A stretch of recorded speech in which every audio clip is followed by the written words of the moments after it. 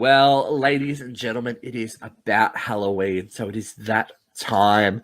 It is time for the prima donnas of the paranormal, our demonic divas, the ghost hunting golden girls. Anne and Renata have returned to us once more.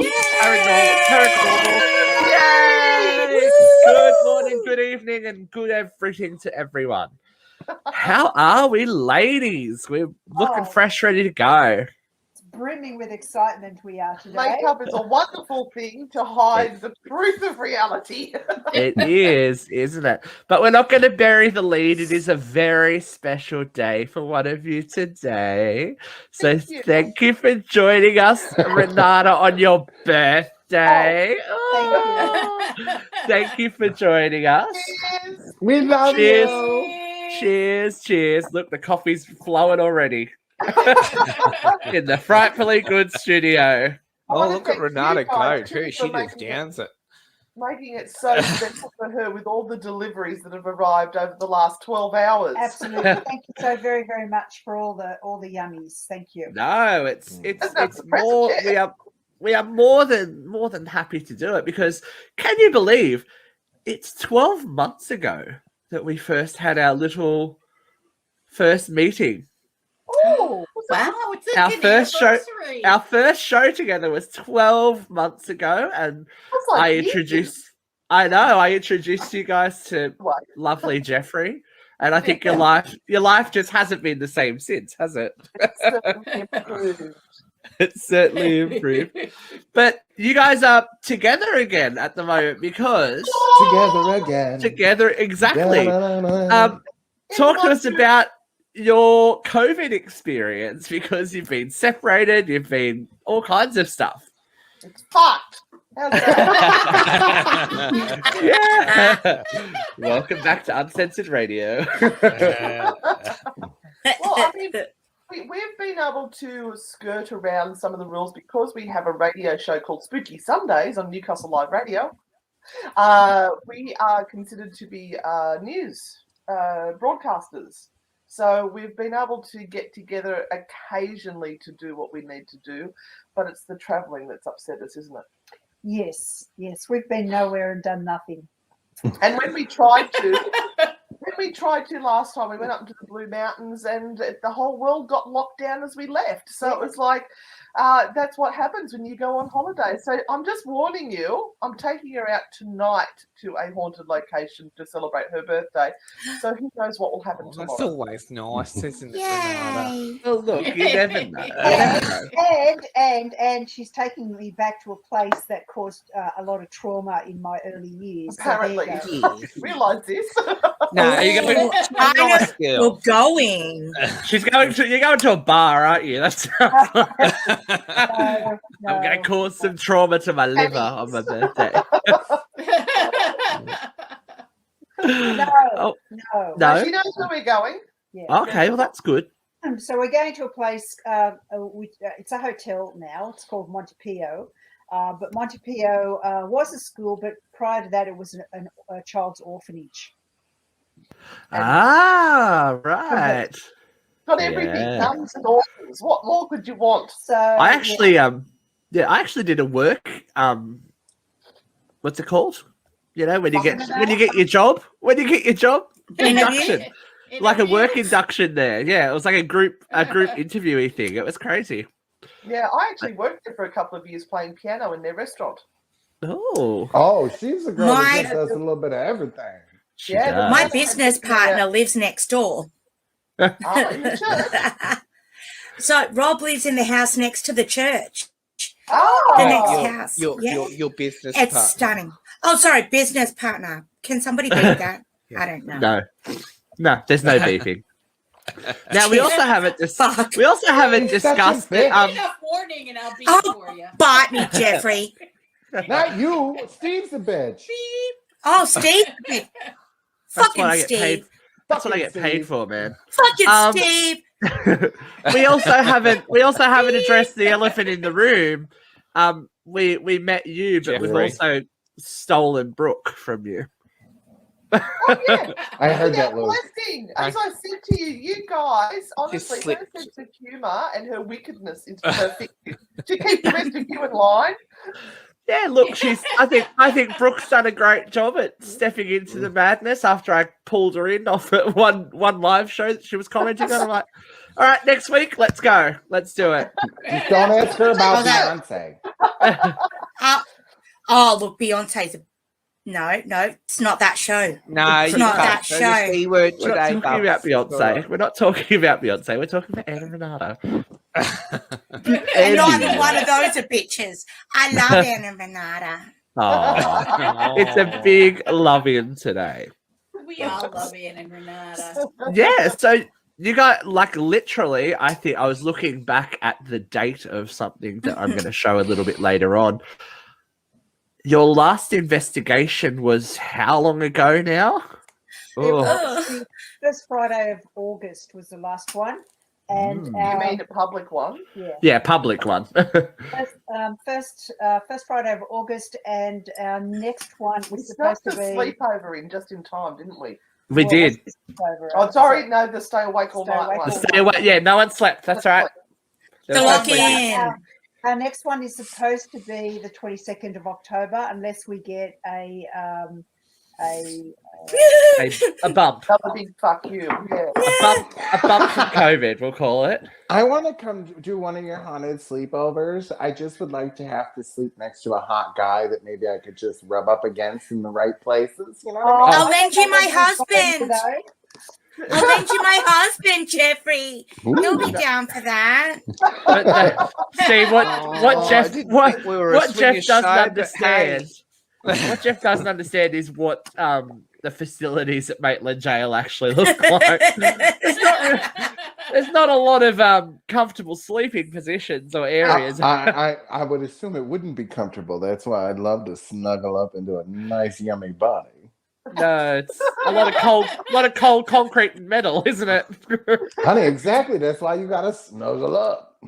No, I don't think that'd even work, really. I don't know. I'm so scared. Oh. We'll see what we can find for you, Jeffrey. Yeah, We'll do Anna Renata introduced me to my husband, so I'm sure they've got someone for you Ladies, too. as long as he's got a good job where he makes decent money, I'm game.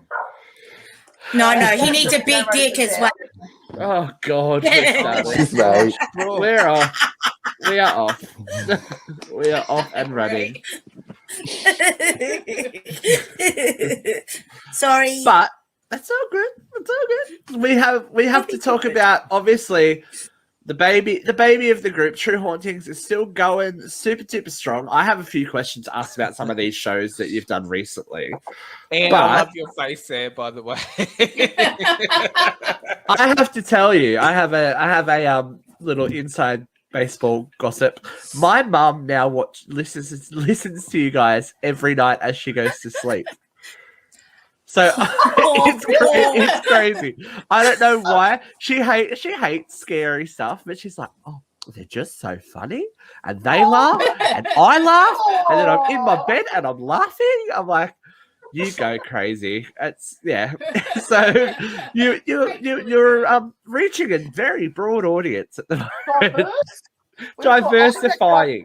Isaac Butterfield's 12-year-old audience right through to the seniors. Yes. And the retirees love you. Oh, the retirees are mad for you, ladies. They're mad for you. Ladies, do you I've have... had one of Isaac's fans, actually. For those of you who don't know, Isaac Butterfield is a very well-known, controversial comedian here in Australia. And one of his young'uns, he seems to attract some of the tweens, and he's really not appropriate for tweens. And somehow or other, they've got hold of my phone number, and they're ringing me going, do you know Isaac Butterfield? And I'm going, yeah. Oh, sorry, I should say, do you know Isaac Butterfield? Can you give me his phone number? I'm going, nah. And I would asked give him, it to I him. said, I'll pass on a message for you. What's your name? Oh. Hey, in fairness, ladies, can you give me Isaac's phone number? Yeah, no. I'm the asshole that would hand the number out to all the fans and then text him and just send a message of me laughing hysterically.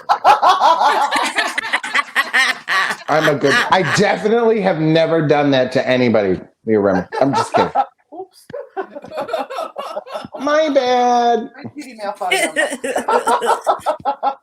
I would Well, you never know. You never know who you're going to meet on the internet. Brooke found out after her first or second live show. Brooke had a few people trying to add her on Facebook. She's like, "Ooh, interesting." I'm like, what the fuck? No. Listen, it was worse years ago when people couldn't reach you. You know, like it was a little more intense and a little frightening, frankly. Have you had your first dick pic yet? Yes, actually. Not you, Jeffrey, Brooke. I was so excited. I'm like, well, funnily enough, Luke sent me one that was like falling over of someone else. Not his dick. Not his. Right. No, not mine. Not mine. No, it was somebody else's. But it was amazing. Oh, thanks. Hey, Brooke. It was amazing. I made that thing was huge. I was afraid. Yeah, no, like normally I wouldn't send that shit out, but I was like, whoa.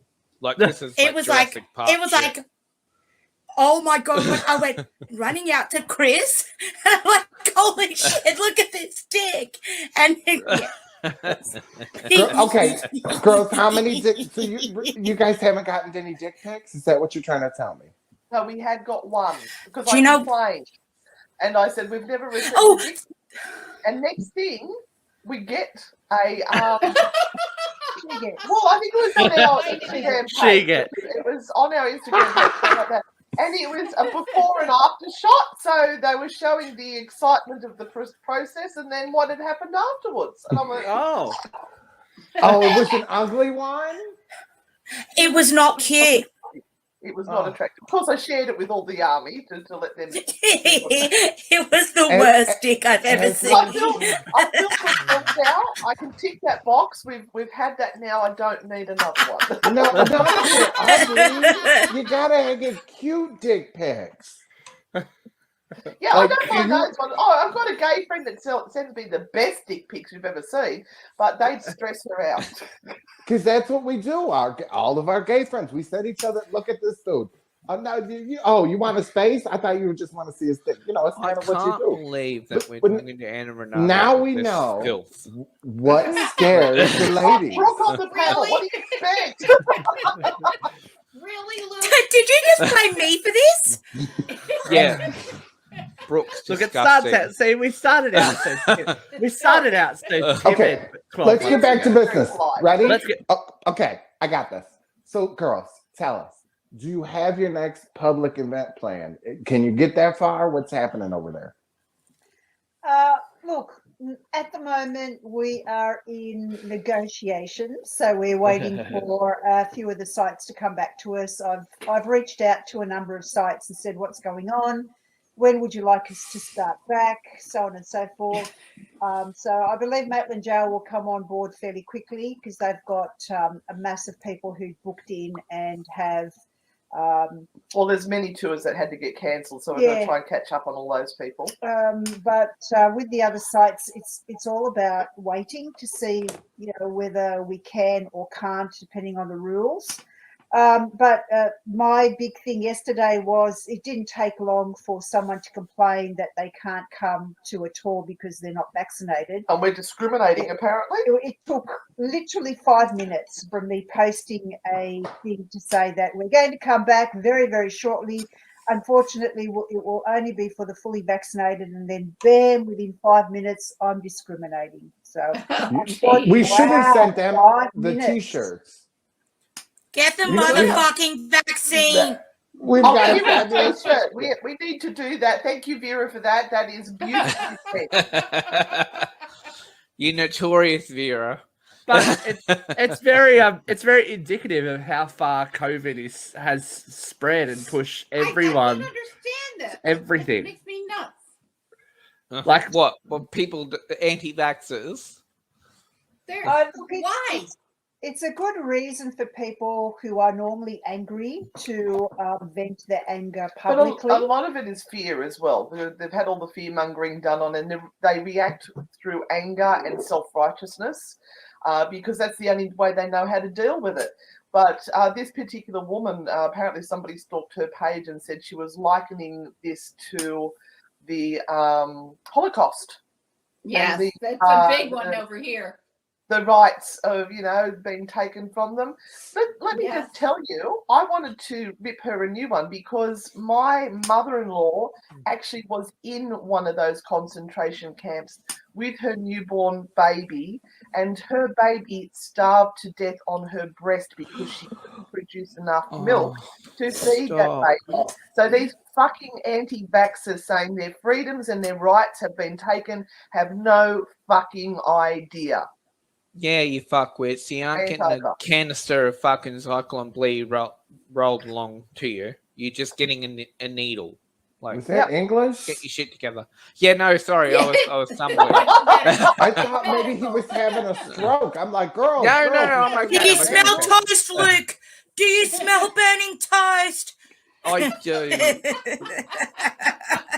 Everyone's struggling. I know what you're talking about, Luke, because that was the gas they used in the gas chambers. Yeah.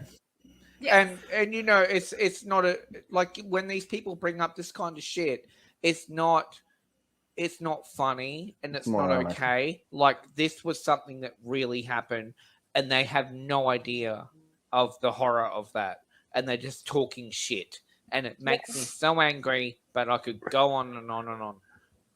My mother was actually in Auschwitz, so she came in the last 6 months of the camp. So by that stage, they were putting so many people through, they weren't actually tattooing numbers on people anymore because they just wanted to get rid of as many people as they possibly could.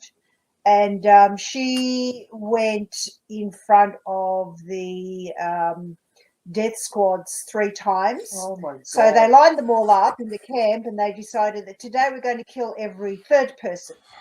And so they'd go along and they'd count 1, 2, 3, you, 1, 2, 3, you, 1, 2, 3, you, and she missed out. And then they did it again, like a week later, or a day later, or whatever, and she missed out again. And then she missed out again. So she missed out 3 times. Russian roulette. Yeah, it was Russian roulette. The psychological torture that has to induce into somebody is just beyond horrific. When you do hear people talking about their freedoms being taken away in a country like Australia, you've just got to laugh at it and go, and like Anne said, you have no idea. You have no idea. If you took their mobile phones away for a day, they would be screaming their heads off. Did you see what happened when Facebook went down? No idea what real taking away of freedom is. Absolutely not. To be fair, Jeffrey, you freaked out when Facebook went down, so it's okay. Listen, I didn't freak out about the Facebook part of it. I freaked out about Messenger because I realized I had no way of getting a hold of these two. So that was, you know what I mean? Like, if it went down only friends. Yes, essentially, yes. Yeah, the message that I got from Jeffrey after the Facebook had come up was like, I could never not be able to contact you for 24 hours again. I'm like, okay. It's like, I need your phone number. I don't care if it costs me $29.95 to send a fucking text message, bitch. I'm sending it.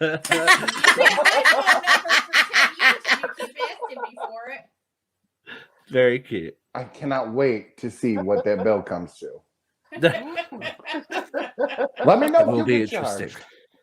Now, so bringing up the happy subject of Auschwitz, Renata, you have actually been there, haven't you? Yes, I have. Yeah.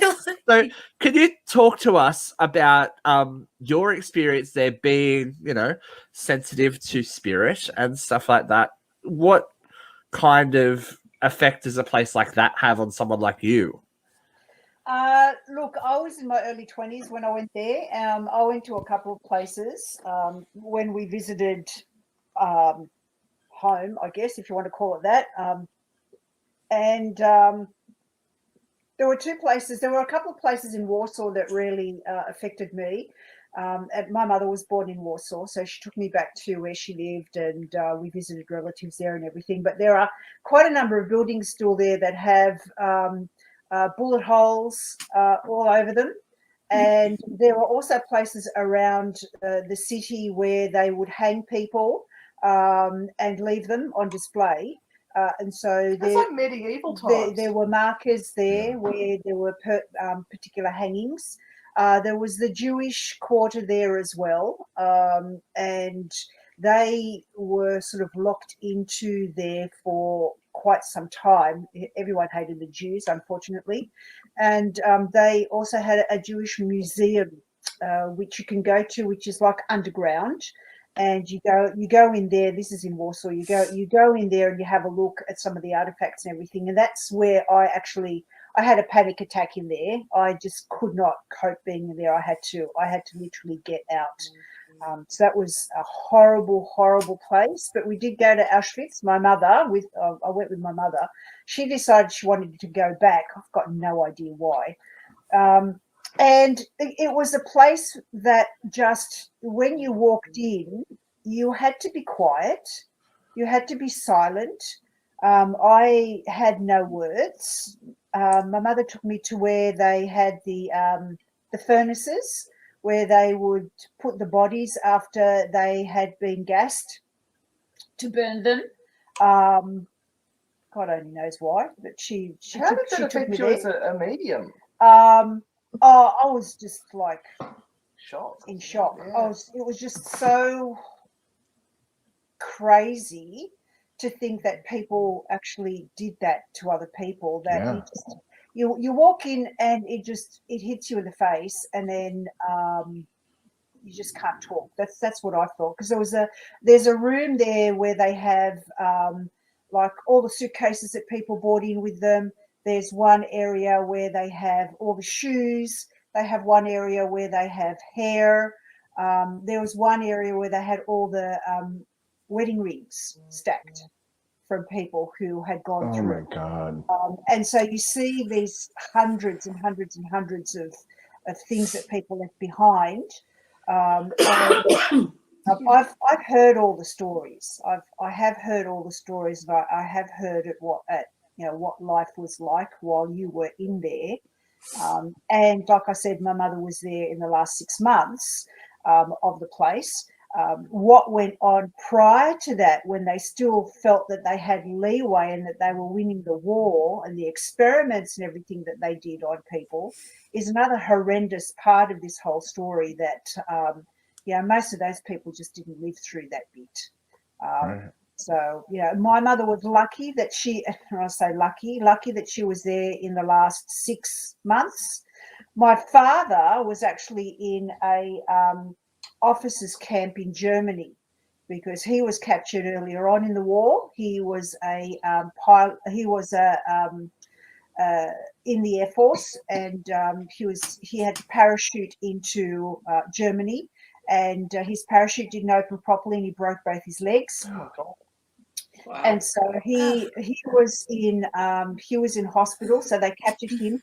They were kind of interesting with some of the military that they captured. They had special camps for those that were captured, and they were service officers. They still put them to work. They put them to work on farms and things over in Germany.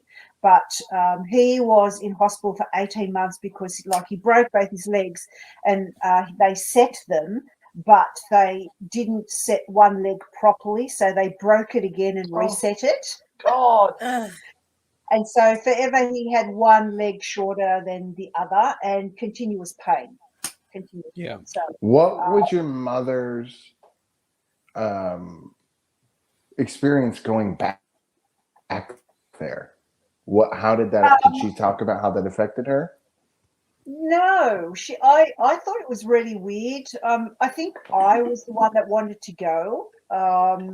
She didn't say much to me while she was there, but I lived with her trauma as a child. My father used to work afternoon shifts all the time at a local factory. So I vividly remember as a little girl when there was a thunderstorm and lightning, my mother used to hide with me under the laundry tub. Oh my God. Because the lightning and the thunder reminded her of bombings. And she was absolutely terrified. So, yeah, I was born with trauma. That trauma goes into your DNA. And this is the thing people don't understand about war, that it's not only the people that are affected, it is then the people that come after that are born with the trauma, with these things that are so horrific that they actually change your DNA, and your children get born with that trauma as well. And so you have children who then come into this world with depression, anxiety, stress. They don't know why. They have all types of disorders as well. And unless you can kind of get in and go, okay, where did this come from? Then you've got no idea how to treat it and how to put it in its place in your own life. Yeah, it's actually really interesting what is passed on through DNA, which I found out recently. Yes, absolutely. I don't know if you know, but I'm adopted, and my daughter started my journey, or the journey of finding out who my birth family is. And it turns out that they're all from the Snowy Mountains region. And they used to have a huge property in the Snowy Mountains and had cattle and horses, and they were all horse crazy. And now one of my cousins, I've just discovered, has a horse riding business that goes into the Snowy Mountains horse trekking for 3-5 days at a time. And as I was growing up as a child, I was horse obsessed, and nobody knew where it came from. I actually thought I was a horse up until year 7. Used to walk around the playground trotting and go at people when they tried to talk to me. So how's that for imprinted on your DNA? So what I'm hearing though is that your bio family they had some dough, right? One would assume property. I don't know about how wealthy they were. I feel like you're just trying to tell us that you're Sigrid Thornton from The Man from Snowy River. I'm saying, like, maybe you should reach out and wait. remind them when your birthday is. Maybe you could get a check. You know what I mean?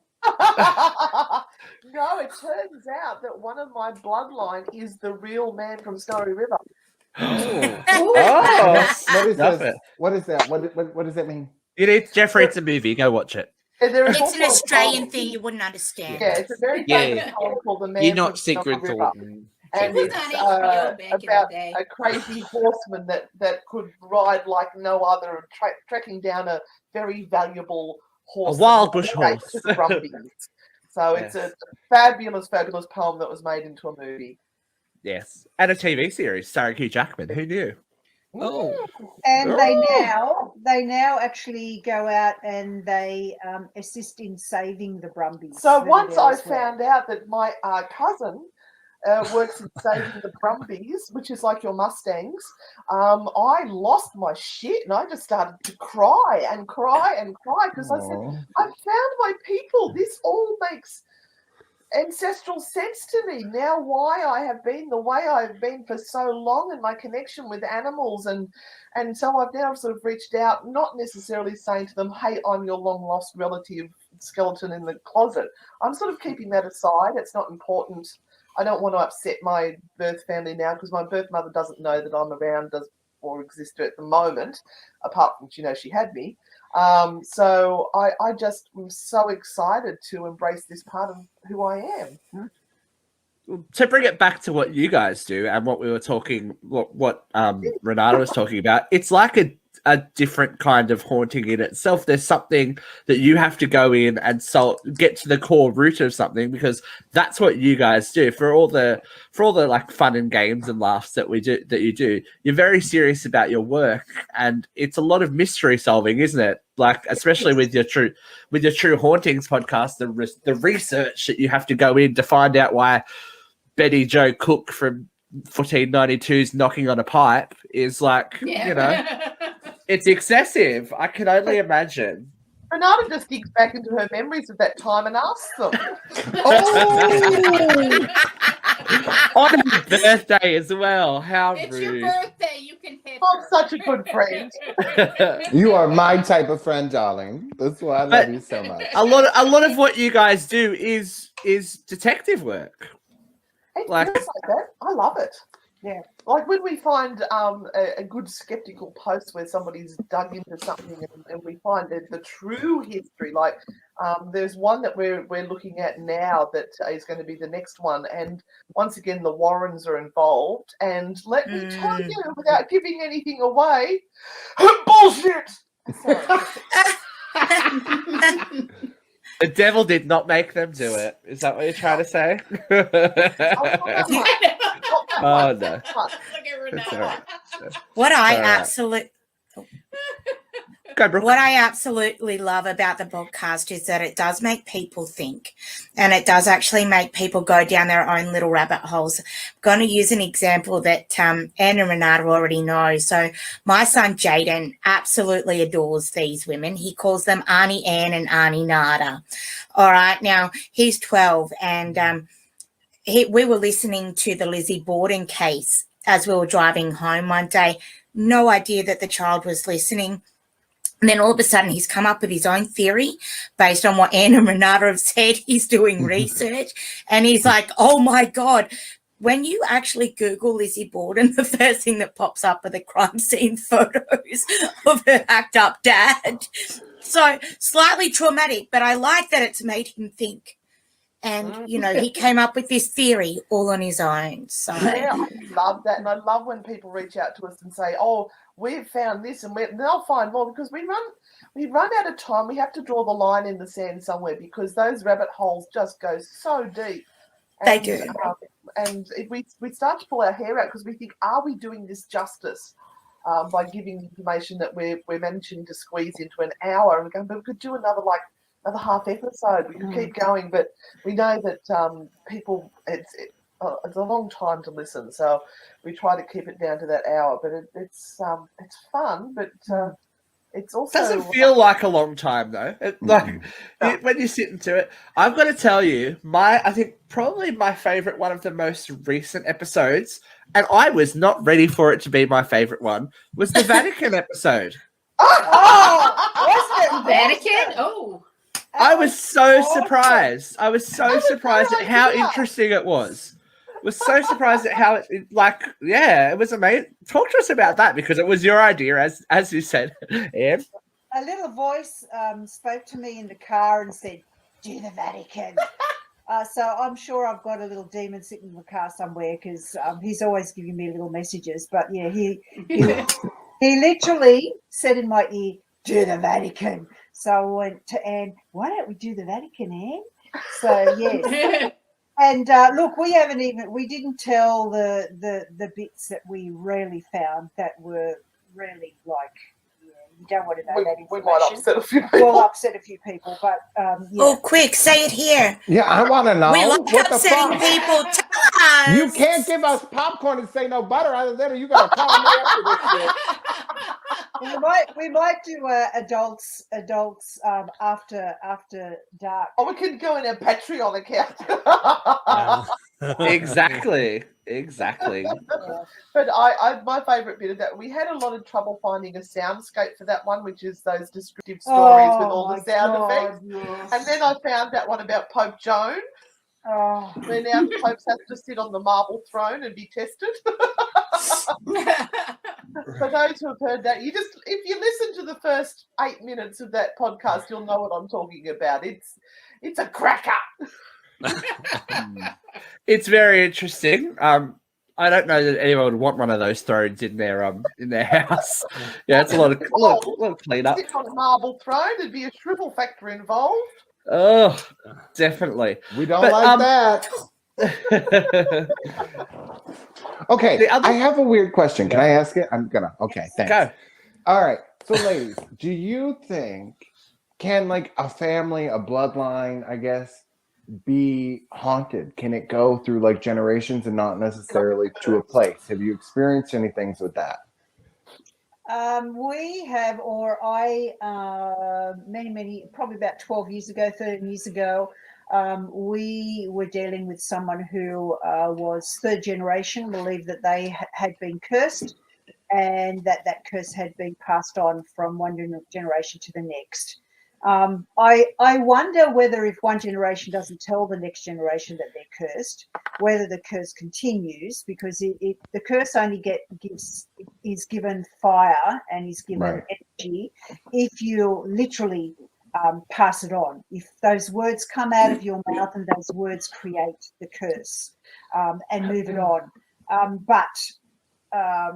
We kind of had success with moving this on with this particular lady. We did a fair amount of work with her and prepared her and got her into a zone where she was ready to let it go. We didn't hear from her again, so she either died or went and found somebody else. I don't know. Maybe. Because often you don't hear if you've done a good job, they just don't come back, or it's not scary enough, and they'll find somebody They didn't hear who what them. they didn't hear what they wanted to hear. They didn't hear. But I have a theory on generational haunting. With the family telling the story of we've got a ghost that haunts us. If it was happening to a parent and the parent's traumatized and the children see this, the children take on that story. As you were saying, it's passed on, the energy is given to that. Maybe it's that it's a whole family with a gift of psychokinetic energy, and they actually have psychic or mediumship abilities, which is being passed on through the generations. And nobody knows this, and they're seeing and hearing and experiencing things, not realizing it's actually them that's causing it themselves, and nobody's taught them how to control it. That's true too. Interesting. Very interesting, because I guess you do see it that a lot of people try and shut it down in their kids when they see someone go, oh, so-and-so's, sitting on the end of the bed. Oh, no, you're not seeing that. You're not seeing that. You're not hearing that. You're not feeling that. Maybe that's something that they've already experienced for themselves as a child, and it's been squashed. It's that trauma that's been passed down, as we were talking about before. Gabe is tweaked out. Like he, no, he's scared of this place. Like, and it always makes me go back to it. You were like looking for the bones or whatever. I'm like, yo, this kid, he has to have the shower curtain. He doesn't watch scary stuff, but he's terrified and feels like he's seeing eyes and things. And I'm like, no, you're not seeing shit. You know what I mean? Like, you're just making it up. And now I'm like, oh shit. But Jeff, what about even like my daughter at your house when she kept going to the window every night and she's like, there's a little kid out there? Well, the thing that always freaked me out the most was having like 2 murder-suicides on either side. And like having those, like worrying that those motherfuckers had kind of just followed the rest of us. It always scares the shit out of me. I'm like, go now, be gone. Stay away. That's why Joe and I couldn't have any guns in the house, because then his family had it too. So we had 3 grandparents out of 4 that had a murder-suicide. So we were like, yeah, no, guns probably not a good idea. Yeah, no. Wow. Yeah. Yeah, maybe Gabe has some sort of ability, and maybe he is able to see things, but they've always been there. It's not like it's a new thing. It's just the people who can't see it, won't feel it, don't know what's going on. So, yeah, what's your thoughts? She wants to come visit. I'd have to come and visit and have a chat. I'd have to come visit and have a chat. Oh, listen, anytime you want, I'll put his little ass on Zoom. But that's a very interesting question in itself. So, Renata, what do you say to these kids? What can you say to these kids that, if their parents are trying to tell them no, but they keep, experiencing something like that? What can you say to make that okay for them? He is the kid that it happened to. Exactly, that's what I'm saying. What do you do to make that okay, to make them feel okay with themselves? It's really hard if you can't convince the parents to actually listen to what is going on. because you want to have enough skill to listen to what is going on, but not to enable it, if you know what I mean. Yeah. Enabling it, and I've seen that happen where I've sat down with a child and tried to work. They things feed a story. Yeah, they're special. They've all of a and sudden found something their parents will pay them attention for. Yeah. They become special, so they feed into it. And a lot of the times the children are special need children. They're on the spectrum. So they have a fairly open mind to a lot of things that we don't, because there's a sense of autism there. There's a bit of autism there, which allows them to see the world differently. And so they are open to all of these things that are occurring. And so, the most important thing is to, first of all, believe what the kids are saying, but to work out where that's come from. Like you said, have you been watching scary movies? Have they been talking about it at school? What's been happening? Where is this information coming from? And then not to enable it, but to, give them some strategies. Empower. Yeah, give them In saying that though, Renata, do you think that kids grow out of being able to see things as well? Because I know, like, my daughter was always seeing things, and now it's just stopped. Like, normally school 6, 7, normally 6, 7. When there is a greater sense of who they are, which is usually that 6, 7, 8, and they get to school and they become an identity within their social sphere, that's when those things start to close down a little bit. So their sense of self-consciousness within those circles becomes more important to them, and therefore those other things quieten down or stop, not for all, but for the majority. I think also as a parent, if you have a child that's reporting something that's going on, just don't make a big deal out of it, but just say, oh, that's really interesting. Say hello to them for me. And if you don't traumatize the situation and be fearful, they're not going to fear it as well. But if you go, oh my God, there's a ghost in the house. Oh my God, they're going to come and take our soul, then that child's going to freak out as well. But I remember when, like, my daughter was seeing the child in the backyard at Jeffrey's. Every night she would go to the window and she said, there's a little boy playing out there. And I would look and I'd be like, no, there's not. Like, it was like 9 o'clock at night. She was very definite about it, but we never really made a big deal about it. And I don't think we should have, because I think what she saw was real, and we should not, make it something scary or whatever. Like, we just sort of let it go. We're like, yeah. But I told Jeff, though, a few times, and then he's like, oh, bitch. He's like, this is an Indian burial ground. I'm like, don't tell me that. Don't fucking tell me that. It is a very old part of the city, though. I did not really have anything happen in that house. I had one thing did happen. And then, probably a year, whatever, my friend's mom came over and she's like, yo, you got some shit going down in here. I'm like, what are you talking about? Because it was just, I was on the couch and somebody was coming down the stairs. It's only Joe home. Joe was up in bed. And it was that thing of like every hair on my body stood up. And I could feel somebody was right in the hallway. And I just hauled ass up the stairs and I kicked the door open and leaped on top of him because it was just such a.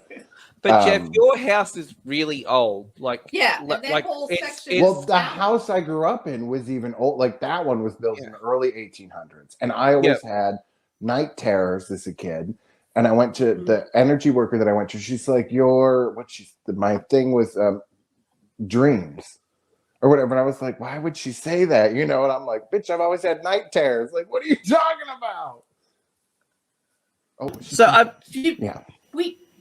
Jeff and I met working at a special needs home several doors down from Jeff's house. And there were some strange things always happening in that house. It's a very old part of the city. It's really, the history in the area was pretty amazing. So I'm positive that there's like in the house I have now, in the middle of the dining room there used to be a call button that they could press with their foot, There's a back stairs that goes to a smaller bedroom. Yeah. Nice. Wow.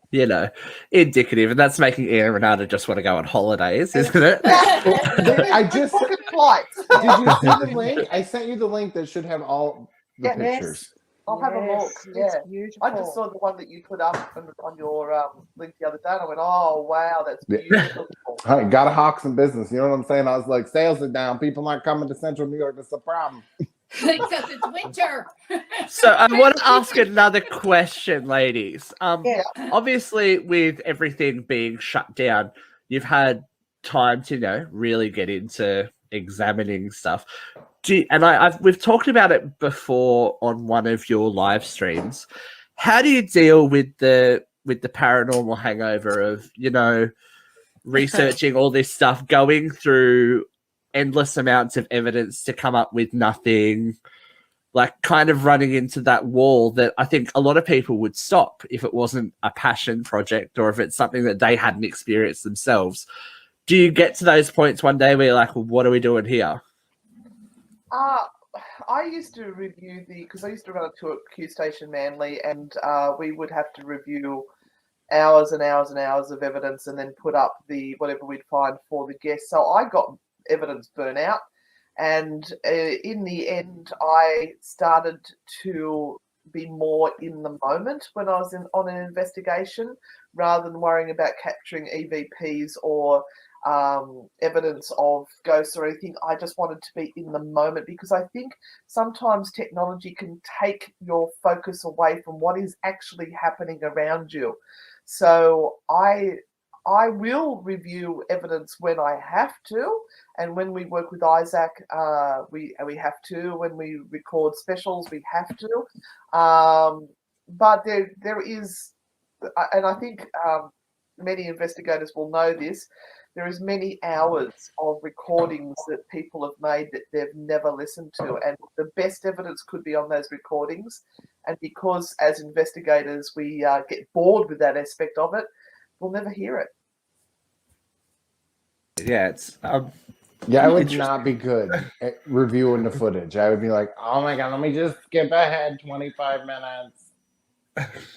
I'd rather just sit in a location, and like we did when we went to the 30 East Drive, the Black Monk Pontefract, and just to be able to sit up there, and somebody else was running the tech and doing everything, and we were in the best, and I could just sit there and go for it, and I had the best time.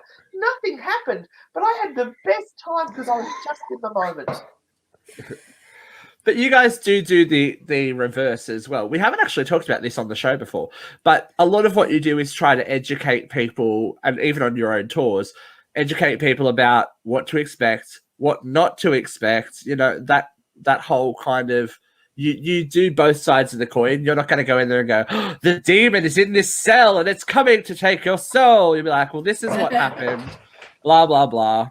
Or not even. Actually, the last time that I went with you guys, you didn't even tell people what to expect. You went, just sit in there. Yep. Just sit in there, put on these headphones, and the information that came out was really interesting that night. You do a lot of information stuff. We haven't talked about the ABC of paranormal on here before. So you guys do... We're meant to be doing right now, but never mind.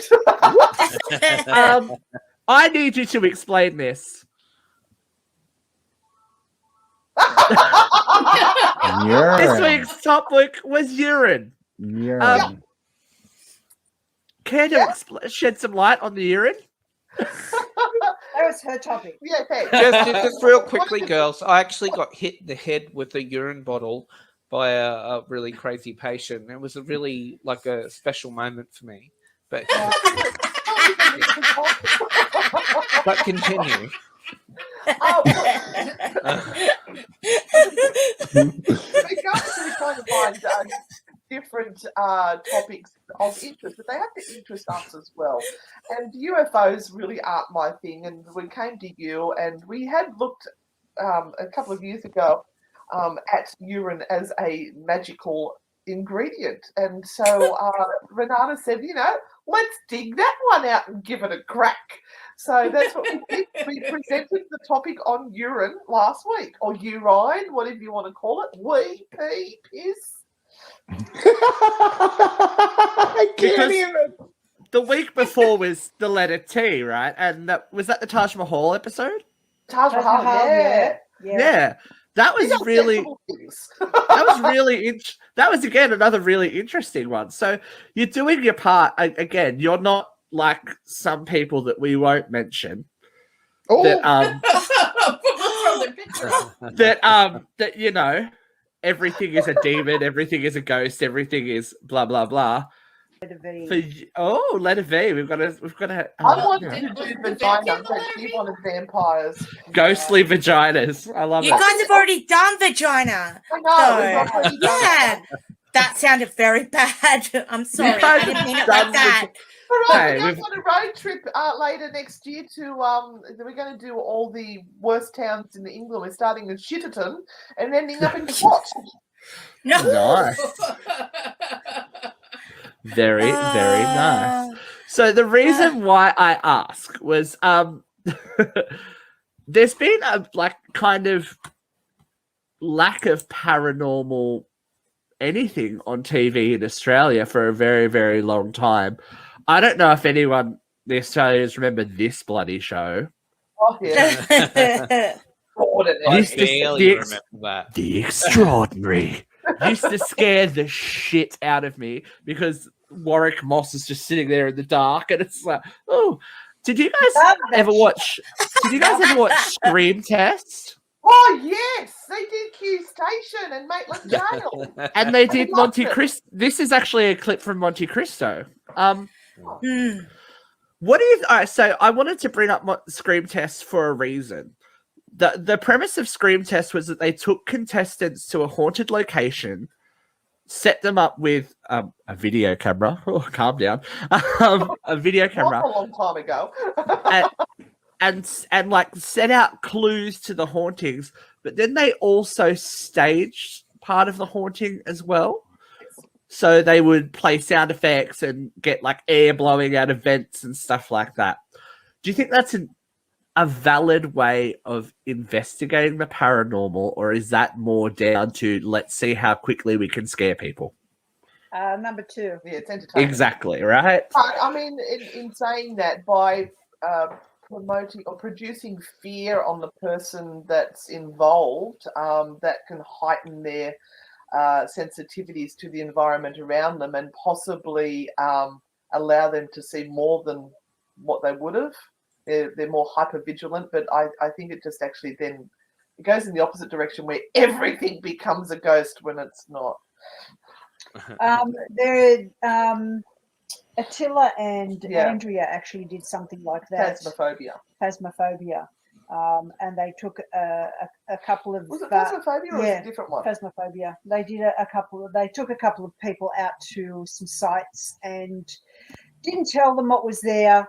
Just gave them the clue of where they're supposed to be at after dark, and they had a camera and they walked around for. Well, they said, see how long you can stay. So you've got an hour to be in there. See how long you can stay. And at the end of the show, they actually said that a few of the things that were produced were actually set up. It was interesting to see the contestants in that because they had this camera, and once, as I was saying before, you can get so focused on technology that you don't stop to look around you. And people who are new to the paranormal or ghost hunts will be very focused on what's ahead and don't want to look in the shadows because they're too scared. And these people were walking straight past team members which didn't have time to get out, which were hiding right next to them in the shadow, and they walked straight past them. It's just their terror and their focus on this little screen, which was their savior, was all that they could see. So they missed so much. Because there is a lot of that too at some haunted locations where they profess to be doing a ghost tour, and then there might be someone kicking a bucket or, banging on a wall. I was going to say that actually. Yeah. Kick the bucket. That's my favorite. I get that to kind of, put people in the right frame of mind. But if you're feeding that information too much, you're setting people up to look for things that might not necessarily happen, and they're going to ignore something else that may happen to them that is legitimate because they're looking for the ghost of a crazy doctor. But it's like, no. And look, I have spoken to someone who was a tour guide at a very big location in Australia, and they were saying that when this location first started off, they created the ghost tour and they created the ghost stories about certain entities that were there, and then those stories then became fact. And it became that this was the ghost that lived at this residence and this is what happened to them. But it was actually a creation of the original ghost tour company. Yeah. It's definitely an interesting it's definitely an interesting subject to bring up when you're trying to educate as opposed to scare. You know what I mean? It's like I get that you need to do both, but it's like what side do you fall on is the ultimate question. As we're paranormal entertainment, this is basically what we run in our company, in our business. We have to start to cater to both sides, and I know that Maitland Jail is looking at another tour, which is less serious than the one that we are offering at the moment. I don't know if I'm allowed to mention that. But, no, you're not. Oh, okay. But I'm beat that out, Steve. Beat that bit out. When this comes out, it might be okay. Yeah. But they're looking at doing something a little bit lighter-hearted. So I'm just going to put it like that, which will cater to the people who come on our ghost hunting tours and they don't want to have a real experience. They want to hear the ghost stories. Yeah. So more of a story base as opposed to actual investigation. But that's okay. What I do want to talk about though is your spooky Halloween special that you're going to be doing. Yeah. This is gonna be cool. So anyone from all over the world will be able to tune in. October 31st Australian time. Obviously, that would make it October 30th for the Americans. But this is going to be a good little Halloween setup. What can you give us any kind of, little teaser, trailer, whatever? We're just waiting till we actually get these interviews recorded and in the can so that we can lock them down. But some very big names in the field have said yes to coming on. Ooh, that's exciting. One of them I just approached out of the blue because I thought, what can they do? They can say no. So I approached them and said, look, this is what we're doing. Would you like to tell us from an American viewpoint, all about Halloween or a spooky story or something like that? And lo and behold, they came back and said, I'd love to. I went, I fangirl over this person, so I know who it is. Oh, I can guess. I want to know what are you? No what are you spoilers. dressing up as for Halloween? there's two of them actually. I need to know. Have you got costumes ready? Are you going to get dressed up for the show? Are you going to get all Absolutely. Halloweened up? Absolutely. Yeah, So just have to wait. Tell us. We We have to wait. 4 hours with some really awesome music, some guests that are going to be coming on. We've got guests from all around the world, London, America, Australia. All the good stuff. Yeah. But so no spoilers. If you want to check it out, make sure that you can get on the Newcastle Live app, which can be downloaded anywhere in the world, and join the ladies for what is promising to be a great night. Because Steve, you gotta message me. Yes, I will. Their regular show is great. If you love Anna and Renata, Sundays. the Spooky Sunday show is them bottled in a little bottle. Paranormal Trash and Treasure, obviously, is always a nice little fun moment of stuff to do. But thank you so much for joining us again, ladies. Time flies so quickly when you're here. Have a fantastic birthday the rest of your day. Happy birthday, Nada. Thank you. Look after our Happy Brooke, won't you? birthday, darling. We will always look after Brooke. But is there anything else that you can let us know about that's coming up in your future, or is it all just a bit We've got a under trip to wraps at the Norfolk moment. Island that's going to come up. We're going to take a very small group over there to do that in March. So we'll put some more information about that up later. And we will look at doing an international trip with Anne and Renata to somewhere. Listen, I got a big enough car, honey. I will drive us anywhere you want to go. We're coming over to see you. We're actually booking our trip to go over to see you in April, May, unless the paranormal conference happens in June that we're supposed to be speaking at. So we're coming, Jeffrey. We're coming. Just for you. So who knows? Who knows where you will see them? We're coming to Missouri.